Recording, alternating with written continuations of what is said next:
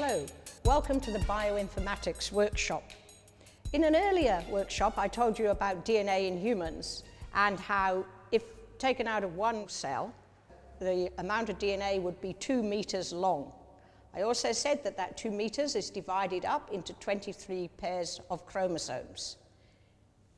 If we could look at that a little bit more closely, I said that the DNA is very much like the structure of a ladder with sides and rungs across the middle.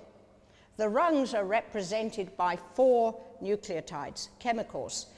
They are A, C, G, and T. And here you'll notice that T is always opposite A and G is always opposite C.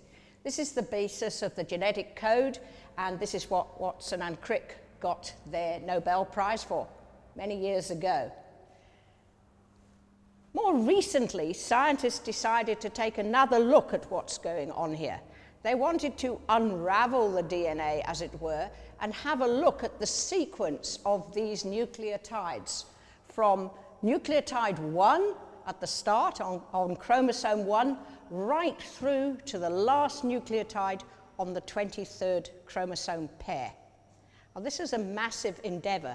It was going to take about 15 years, but in fact they got finished ahead of time due to a very interesting collaboration or maybe competition between academic researchers and private commercial enterprises. When they started, let's say they started like this with T, they only have to read one strand because the other strand is always a complement, and they started going down there. And by the time they finished, they had sequenced about 3.3 billion nucleotides. A, G, C, T, T, G, A, C, C, G, C, and so on. It's a massive undertaking. It's hard to imagine 3.3 billion nucleotides, so let's look at it like this. If one actually typed out the letters on an A4 page in 12-point capitals without any punctuation and just kept going from the very first one to the 3.3 billionth one, put them on pages like this, bound the pages together in something like telephone directories, and stacked telephone directory after telephone directory on top of each other like this, in the end, the stack of telephone directories would be 15 floors high. Now that's just the genetic information that one gets from half of the chromosomes. That's the set from mother, for example, 15 floors high. There will be a similar 15-floor high stack of nucleotide sequence for father. This mammoth endeavor was called the Human Genome Project. The word genome means the total amount of genetic information in a human, for example. The information is obviously not stored in phone books like this. It's stored in extremely powerful computers. And this means that any scientist working on any DNA sequence anywhere in the world can dip into this database, the Human Genome Project database, and extract from it the information that they need for their work. At the same time, quite a few other organisms were given honorary human status, so that many hundreds of other organisms have also been sequenced from viruses through bacteria, plants, and animals, and that information is also stored in databases. The storage of all this information from all the different organisms in very powerful databases has spawned the study called bioinformatics. Bioinformatics is about using computer-based data in biological, medical, agricultural applications. And we'll talk about that a little bit more in a moment. One of the first very interesting things to come out of the Human Genome Project was how many genes there are in humans, because the genes are strung out along this 2 meters of DNA like beads on a string. And we had always wondered, how many genes are there that make us humans? What I mentioned is that as well as human DNA being sequenced, other organisms were sequenced. For example, mouse. So let's pretend that this wire represents the genome of the mouse. It's much easier to do biological experiments in mice. You can do things you can't do in humans. And so scientists were able to predict that mice had about 40,000 genes strung out along their chromosomes. If you like, you can think about it like a recipe. Previously, I likened our genes to recipes. And so bioinformatics is as if we've got a lot of different recipe books. And each recipe book is for a different organism. So now we've got 40,000 in mice. How many do you think we've got in humans? Can I have some guesses from the students here? Yes, you'd think so, wouldn't you? A lot of people think we're going to have a lot more than mice. And one of the most surprising things originally that came out of the completion of the Human Genome Project was they could actually only find about 27,000 to 30,000 genes in humans, which would mean it looks as though we've got less genes than a mouse. As more research is being done, others are being found. But the studies emphasize the amazing complexity of the human genome. And the years of research still to be done in the future will give us more answers about this. So all the different gene numbers are also kept in catalogues that can be queried by anyone who's interested in this aspect of science.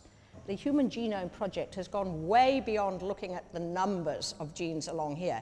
It's looking at the products of the genes, which we call proteins, and it's going on into functional studies where we look further to understand how the different proteins make us the way we are, the mouse the way it is. Bioinformatics, as I've said, is an extremely powerful tool that has innumerable applications in biotechnology. It's used in biomedicine, agriculture, genetics, and many other sciences. Let's look at it for a moment in forensics, which is what we talked about in one of the earlier sessions. The small differences that we have, one from the other, looking at the group around here, are the result of small differences in our DNA sequence, and the markers that have been developed that are used in forensic testing are actually based on little strings of DNA sequence. So what I'm representing here are just individual nucleotides. And you can see that here we've got two nucleotides that keep repeating one after the other, CA, CA, CA, CA. And the number of repeats on one person's chromosome may be different from the number of repeats on another person's chromosome or on the chromosome from their other parent. So here are some different examples. And the science of knowing this allows the forensic experts to decide which particular areas they will look at to find differences between people. The information that I've talked about being stacked in those 15 stories of telephone books is actually stored on computers. At this stage, we're not right there for the technology, but it is predicted that within the next few years, any human will be able to get their total genome sequenced and put onto a special kind of CD, which they will take with them whenever they go to their doctor, can be read in the doctor's rooms, and will give background information about their genome and the underlying conditions that they are susceptible to. It's also used in agriculture, and it's used in making genetically modified organisms. When we were talking about genetically modified organisms, we decided to look for a gene that would confer drought resistance on a maize plant. I said, how will we find that gene? How will we know if this is the genome of the cactus, where the gene we want lies? And the way we do it is to refer to the cookbooks that I was talking about, looking for the recipes. So if this is the recipe book for one particular sort of plant that has already been studied and its information put into the database and analyzed, we'll be able to go and look for its recipe that confers drought resistance. Now we can search through the sequence and the areas of our new plant, a cactus, and look for a similar gene here, and that's how we know to cut it out. This is a powerful technique known as comparative genomics. We've come in a tremendous way in the last 10 years, since the completion of the draft sequence of the human genome. We've found out things we'd never even dreamt of, like the number of human genes, for example.